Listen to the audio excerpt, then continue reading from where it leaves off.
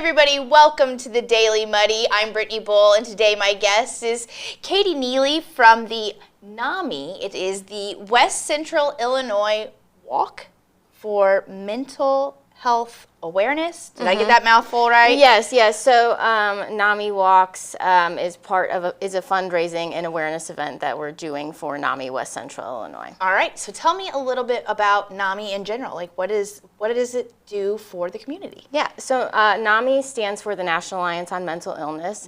We're the nation's largest grassroots mental health organization, and the West Central affiliate covers the 10 local counties, and we provide support, education, and advocacy for people with mental illnesses and their family members. So that looks like having support groups or going into schools and doing mental health education with like high schoolers or youth serving groups. I actually recently went in a school and did a presentation for teachers and faculty as well.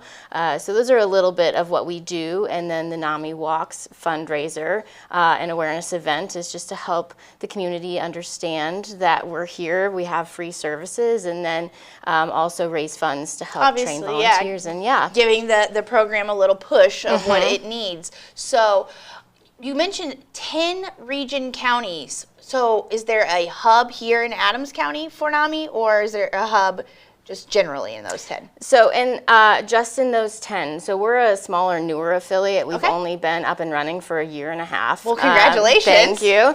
So we're really just getting the ball rolling, and we have groups that are in those counties or virtual, for example, but not necessarily a physical location. Gotcha. Hub. Okay, so you said newer, year and a half. What made you or the board, I know you're the program manager, who decided this was needed in our community? Yeah, so the Tracy Family Foundation had a very large impact on helping get the ball rolling, as mental health is one of their big priorities. So they were kind of the starters of it all to get that up and running. And then we have a lot of volunteers and community members who are passionate that helped continue to see that through. Mental health resources, we need this now more than ever. Tell me a little bit about like the mental health, I guess I don't want to say issues, but anything that you tackle specifically. Like, what would that be? What would that look like? A lot of what we do is peer support or support from people who have been there and have that lived experience and helping others. So all of our volunteers are people who have lived experience, who have close family members or friends that have lived experience. And so they use their experience to create areas of compassion and wisdom and knowledge to then share out to the community. When they're sharing, are they sharing in person, like at different meetings and speaker situations like you were talking about, or is it through literature? Mostly through their personal stories. So all of our volunteers go through training to kind of learn how to share their story or utilize their experience to help others. And so most of the time, if we have those volunteers or people go out into the community and do in person, because we see that's really impactful. But then we also have like some virtual options. Or NAMI as a national organization creates a ton of great free resources, and we connect people with those as well. The actual human connection is so important. I can't stress that enough.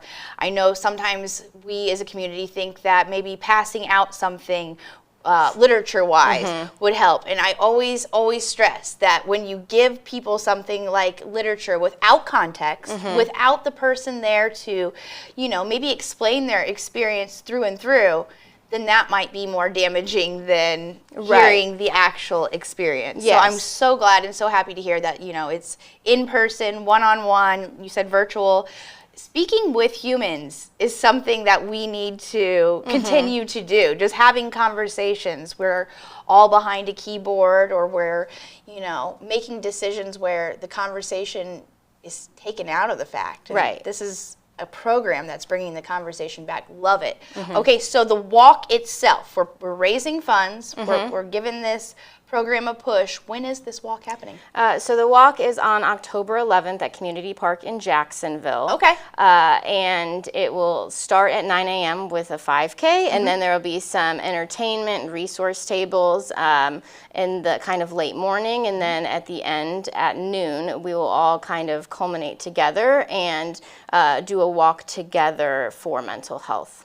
Awesome. Okay, so how do I get signed up for this if I want to join the walk? Yeah, so anybody can register for free. They can go to namiwalks.org/WCIL and click on the register button. So you can donate when you want to register. That's an option, or you can sign up for free, fundraise after if you would like. But like I said, it's a fundraiser and awareness event. So even if you are not wanting to donate or not able to at this time, we still want you to come out and be a part of the event to learn about the resources that we have and can help other people. And I'm sure vice versa too. If you can't make it to the walk, they'll still take your donation, right? Absolutely, absolutely, of course. All right. Well, anything else you want to add about NAMI, the program, the walk? No, just very thankful for you to have us. We hope that we have a lot of participation so that people can learn about our resources and utilize them when we need them and know that they're not alone. Yes, absolutely. You're not alone. Conversations like Katie and I are having in person. Thank you so much for being here, and thanks for being, a part of something good for our community. Thank you. All right, coming up next, I sit down with the folks from the Quincy Symphony Orchestra. The Liquor Booth is your home for a huge selection of beer, wine, and spirits. The Liquor Booth has 2 locations in Quincy, 3520 Broadway and 1500 North 12th Street. The Liquor Booth, where it's always happy hour. Welcome to the Abbey, a Quincy tradition. With 6 big screens, a new larger kitchen, and now more seating capacity, the Abbey is the place to be before, during, and after the big game.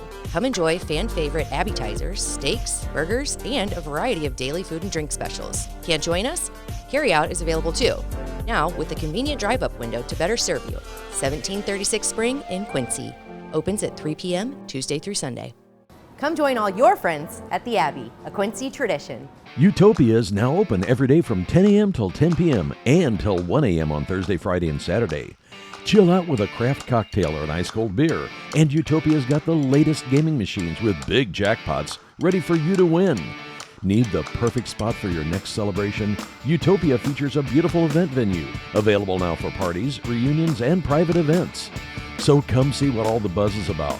The drinks are cold, the space is hot, and Utopia is ready for you. Welcome to Cedar Club, Quincy's favorite local bar. A friendly corner bar with a laid-back atmosphere and affordable drinks. It's the perfect spot for a great time. With entertainment galore, including shuffleboard, golden tea, pool, foosball, and winning gaming machines. Cedar Club's latest edition is the best spot to catch your favorite game.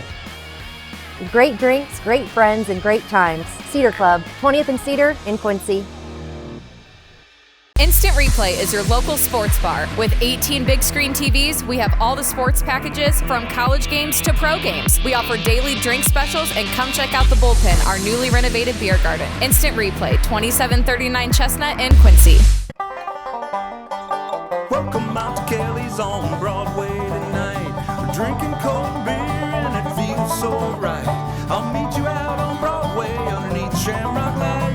We're gonna have a good time on the patio tonight. There's a party down at Kelly's on Broadway tonight. We're drinking cold beer on a champagne night. We're feeling all alone and you got no place to go. So come down here and drink a beer on Kelly's patio. Kelly's a fun place to eat and drink. 2902 Broadway. And welcome back. I'm sitting with my guest, Jane Polett. She is the executive director of the Quincy Symphony Orchestra, and Thomas Lymenstull, a pianist and graduate from the Quincy Senior High class of 1972. Right. And we're here to talk to you about the Quincy Symphony Orchestra. Welcome to the roundtable, guys. Thank you. Thank you. All right, so we've got a lot to talk about and to unfold here. You just told me a little bit about the upcoming season. It's starting, I believe, this Sunday, and you have an opportunity to get your individual tickets to each concert, or you can get a season ticket package, which I hear is of great value. But let's talk about this first concert where we're featuring Thomas. Are you excited, Thomas? Of course, very excited. Very happy to be back here in Quincy and performing in my beloved hometown. It is? Okay, so you graduated in 1972 from senior high. Were you a part of the orchestra then? Very much so, yes. I mostly played cello in the orchestra, and ever since 4th grade on. And of course, we had a wonderful program. I understand we still do have a really wonderful music program in the Absolutely. Public schools. Yeah.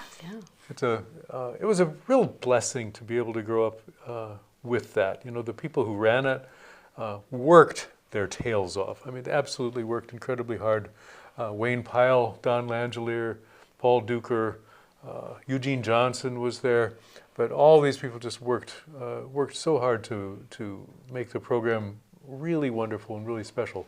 And they got a lot of really good results. Yeah. You being one of them, huh? Well, I mean, I'm just thinking in terms of the orchestra. The orchestra played well. They played real repertoire and played at Midwestern Clinic, and it was a pleasure to be a part of it, and it was a joy to. It was very special to be able to grow up in an environment that was so supportive and so rich, I think, for young musicians. I think our community has a lot of opportunity with music, and sometimes I feel like it's just not shown so much. And that's why I'm really glad to have you guys here to talk more about it. Can you tell me a little bit about the upcoming concert? You said Thomas here is going to be a feature in it, and then how does that schedule go for this concert this Sunday? Well, the title of the concert is An American in Paris. Okay. And that's actually named after the final piece on the program called An American in Paris by George Gershwin. It's a very famous piece, one of George Gershwin's most famous pieces. And it basically depicts an American wandering through the bustling streets of Paris, and it was George Gershwin's vision of how that might have sounded.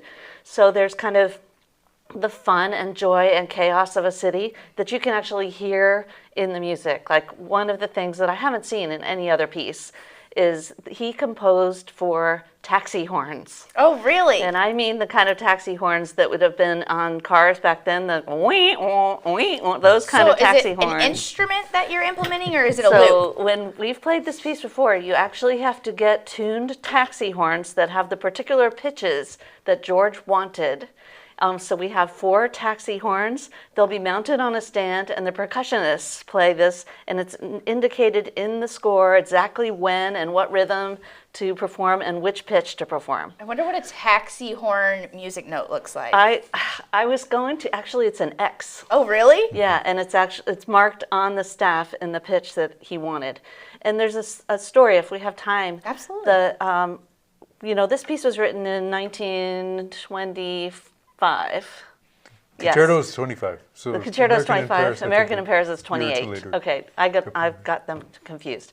So in 1928, he wrote this, and he put in the score taxi horns A, B, C, and D. It's like a capital A and a circle. I've seen his handwriting on the score now because this has been a talk amongst musicologists and musicians now in the recent years, like in the last 10 or 15 years.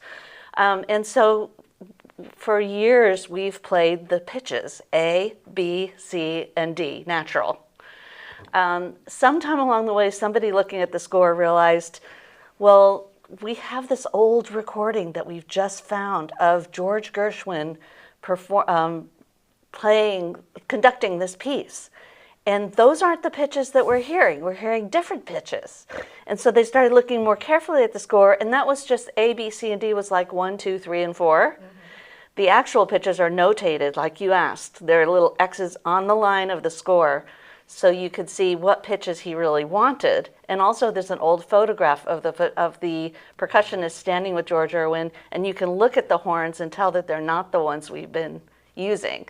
So we, for the first time, are going to be using the alternate pitches, which is exciting because, like, for instance, I really love that one of them is low. It's like, sounds like a frog. It's like, wah, wah, wah. It's like your big garbage truck would have had back then or something, and so there's a much more diversity of the pitches. And it's going to be a different sound the audience is going to hear, and they're going to be like, that's not right. But I think I might have them demonstrate them before we play, just to kind of let the audience know. Yeah, I mean, that's a nice bit of information, and it's just neat. It's factual, and it's going to be awesome for them to experience this first time, Yeah, too. we brought them in from California. Wow. And the percussionists have been practicing on them because they have to make sure they sound and that they sound with the right rhythm. And it's not always easy. Like when you squeeze the bulb Yeah. at the end, sometimes the pitch comes out, sometimes not. Yeah. So they've had to kind of learn. And we've been hearing them over 3 weeks now that we can see that they're getting better at There's it. technique. So They there developed is. a It's actually technique And of to course, there's playing delay. taxi horns. You squeeze That's it what I and was yeah. thinking. Like maybe it sticks for a minute. There's probably always little tricks, like there are with all instruments. Well, there's all kinds of.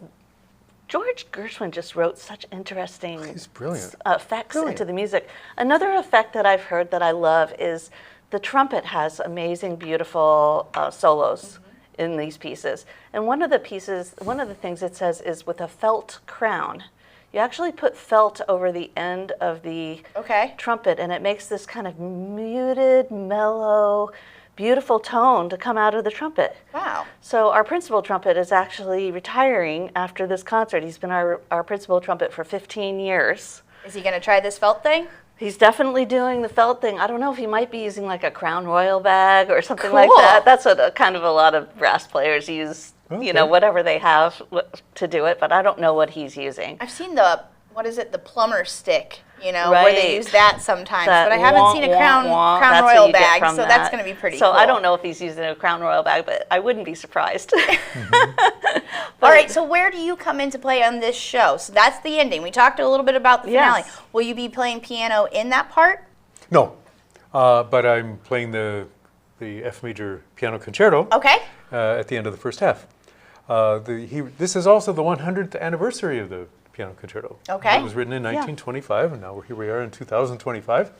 So we get to celebrate a centennial. Talk about full circle, coming from the Quincy Symphony Orchestra as a young lad and then coming back to Quincy and being the star performer for this. Well, it's a real pleasure, and it's it's such a fun piece. There's one point for your listeners is that even if you don't normally go to the symphony, if you're a listener who maybe doesn't go to listen to a Brahms symphony or a Beethoven or all that, you should go to this. It's an experience, right? It's Gershwin, and some Leonard Bernstein. This is a little bit like a Pops concert in the sense that it's all really, really fun music, even for people who maybe don't regularly listen to classical music. On the other hand, both Bernstein and Gershwin are brilliant composers. Other composers in the famous composers that people can mention in the 20th century, they heard the Gershwin and saw the Gershwin piano concerto, and they said, "Wow, this is one of the great concertos of the century." So it really clicks all the boxes. It's jazz, it rocks. Yeah. It's fun to listen to, and it's a really, really great piece of music. Yeah. So you get to hear brilliance from these geniuses alongside of talented community members. Oh, wonderful, yeah. We are just full of talent here. I'm looking forward to, so not only this is one of 6 concert series. This is going to be the first concert. It is Sunday at what time? 2:30. Okay, and then how can our audience get tickets if they wanted to join? Well, they can go to our website, which is qsoa.org, to buy tickets that way, and then they would pick up their ticket in the lobby with their name. Or they can go to Sturhahn Jewelers or to Quincy Hy-Vee locations and buy their tickets in advance. Or they can buy their tickets at the door. That was my question. Is there going to be door tickets? Because I know a lot of people might be thinking very last minute, there's nothing to do, and somebody's going to see this, hopefully on our See Quincy calendar or here on the Daily Muddy, and think to themselves, that's what I'm going to do tonight. So they can go to the door. Yeah, and that's there's general admission seating. Okay. So a lot of people have their favorite area to sit. There's if you've never been in the Morrison Theater, it's in the junior high school. You probably drive by it all the time and don't realize it's 2,000 seats. It's a gorgeous Art Deco auditorium with a balcony, and they can sit wherever they like in there. So they can buy their tickets at the door if they want to do it at the last minute. It is going to be a beautiful afternoon and concert. But like I said, this is one of 6. So can you tell me a little bit more about the upcoming season? Sure. We have the Quincy Symphony Orchestra Association includes a youth orchestra and a youth chorus, and then, of course, the symphony orchestra and a symphony chorus. And so we have the 6 concerts you've mentioned. Those are all the adult groups. So we have concerts in September and November of the orchestra, and then in December we have our choral Christmas concert in Salem Church. It's very beautiful. There's a 2:30 and a 7:30 performance of that. And then in February we have this fun concert called Heroic Vision. We're actually going to be having people wear their favorite team shirt. We're going to be kind of celebrating the Super Bowl, which is the next day. Oh, awesome. So we're going to be kind of, we're going to have sports. We're going to play music from some of the fun sports movies like Hoosiers or Remember the Titans. Oh, I know a couple of guys that I think would like that a lot. lot. It's going to be really fun. They're going to be like, oh yeah, I remember that music. And you know, that February concert the day before the Super Bowl is going to be fun. It's 2:30, also an afternoon concert on a Saturday. So it's kind of an easy time during the cold months to come for a concert. Oh yeah, an experience, like I keep saying. And so your lineup sounds amazing. And you told me, all right, how much are concert tickets? So at the door, it's $18 for a regular adult ticket, or $15 for a senior 62 and older. Okay. And then also, all of our concerts are free for youth 18 and under. Amazing. So you can just pick up a voucher for your child in the lobby. I recommend our concerts for age 5 and up, just because the noise of your child, you know, can be distracting to the other concert goers. Okay. So while it's a good experience for them, if you think they might want to talk or things like that, you can just sit near the exit so that you can take them out quickly to help the rest be respectful of everyone's great experience that we're going to have. So then to wrap this up real quick, I wanted everyone to know that we are doing a season ticket giveaway here at Muddy River News. Thanks to our donors. Thank you so much. We have a contest currently running on Facebook right now. What I need from you is to get in the comment section. I know how much you guys like to do that. And tell us why live music is important in the community or what you're looking forward to. And the person who rallies up the most likes from their friends wins a season ticket package from Muddy River News and the Quincy Symphony Orchestra. So get on there, get your comments. I want to hear your stories of exactly what you think, why live music is important. Can I ask you that question before we end? Why do you think live music is important? Well, the actual experience, like I could go out and watch the London Philharmonic on YouTube any day of the week, right? But the actual experience in the live theater, you don't realize how much interaction there actually is between the live performers and the audience. We on the stage are actually getting energy from you in the audience, and vice versa. You're feeling our energy. It's just something that doesn't happen through regular television or YouTube. What was your favorite live music performance that you have performed so far? That I've performed. Oh, that's hard because, you know, every performance is different. Probably the most fun I ever had was playing a Mozart concerto with a small orchestra in Southern California and conducting it. Oh, so you had your hands full. So I was conducting, you know, the tutis, and then I would sit down and I'd be playing and have to visually give cues to various people. But it keeps you very busy. Is that common? Yeah. Do people do that? People do that, yeah. Thomas does that. All right, last pressing question. Thomas, you said you returned to Quincy. Where are you currently located right now? I have just retired from teaching at the Interlochen Arts Academy. Okay. I was there since 1998. In 98, I left a position at the University of Southern California, where I had been for 10 years. Before that, in a couple of different places, including a couple of years at Interlochen.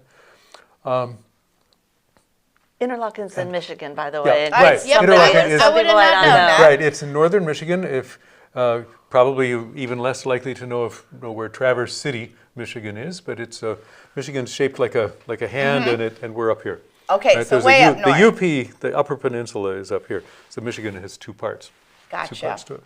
So Interlochen is a very famous arts school. Like we were talking about that some of these folks that you mentioned may have even gone to like Wayne Pyle or some of the other folks from back in the time Well, went to Interlochen in the summers. I think at the time, we had mentioned, we were talking earlier that some of the people that I mentioned, Wayne Pyle and Don Langler, I think in particular, had gone to the Interlochen summer camp and had borrowed, and I realized after a number of years that they'd actually borrowed a few little features from that summer camp to, accentuate and to improve the program that they had at the high school and the junior high school. So that was quite fun. Taking a little bit and going Full with circle, it. like Yes, you said. Yes. And following up on the live performances and how lucky we are to have this orchestra. I was very lucky to work with people that I've already mentioned, but I was also incredibly lucky to have worked with a number of other people.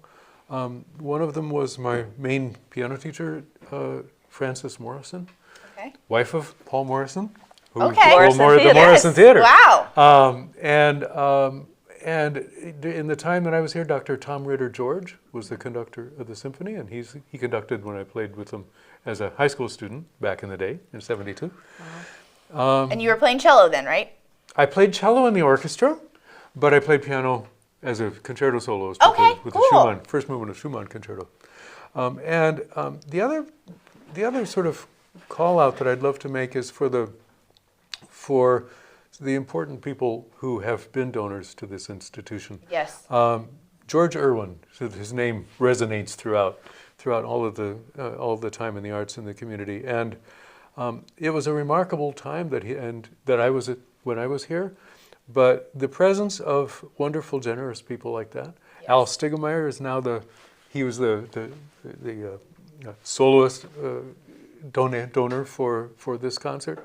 And the generous, wonderful people like that who keep the symphony going and keep vital performances going on in the community are much appreciated. And you as an audience can keep it going too by just joining and coming to these shows and concerts and your contribution with your ticket. Give us your energy up on the stage. Come, show up, be there. And this is the most fun concert that you'll ever hear. I mean, I don't know. That other one sounds pretty good too. I think they all sound delightful, Thomas. But I am especially looking forward to this one this Sunday. Thank you so much for being here and telling me and the audience a little bit more about it. Thanks for having us. Enjoy the rest of your time in Quincy. Hopefully you get some of that good food that you remember from a while back ago. Mm-hmm. Yeah. All right. Thank you for having us. Thank you. All right, that does it for today's Daily Muddy. We'll catch you here tomorrow.